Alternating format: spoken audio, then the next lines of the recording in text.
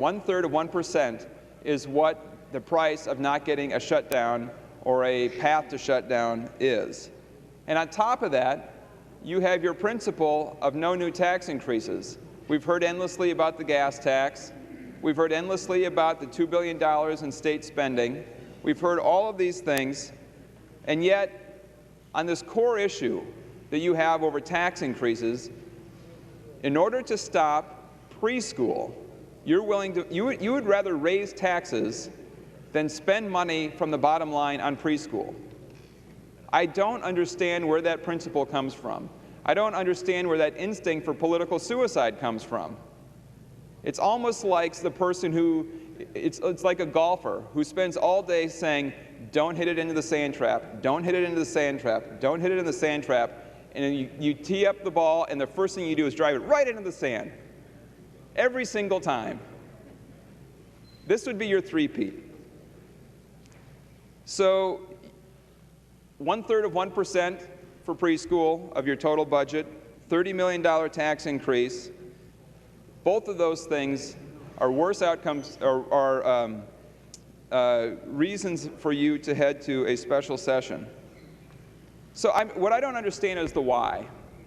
And we're not supposed to question motives. I'm not going to question motives, but to assess the possible reasons for this. I am sympathetic to the argument that we have limited resources and we should target those resources in early learning towards the kids who are most in need. I authored the scholarships bill in the last session, the last two sessions, in the last budget, and I strongly believe in that model for early education. I also understand that there are good reasons for universal preschool, but I can understand that there would be a policy difference.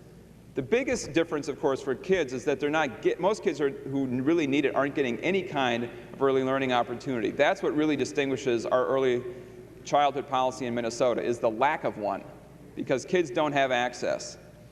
So I can understand that there would be a policy difference. But even in the world of a policy disagreement, I don't understand why $150 million for pre-K would be worth going into special session and raising questions right away about a state government shutdown. Policy differences matter, and there can be principles involved, but it doesn't seem like that would weigh out for you in the balance of politics. I wonder if Representative Gruenhagen would yield to a question. He will. The gentleman from Hennepin, Representative Winkler. Thank you, Mr. Speaker. Representative Gruenhagen, the other reason I can think of for not wanting to invest in pre-K is a concern that government should not be involved in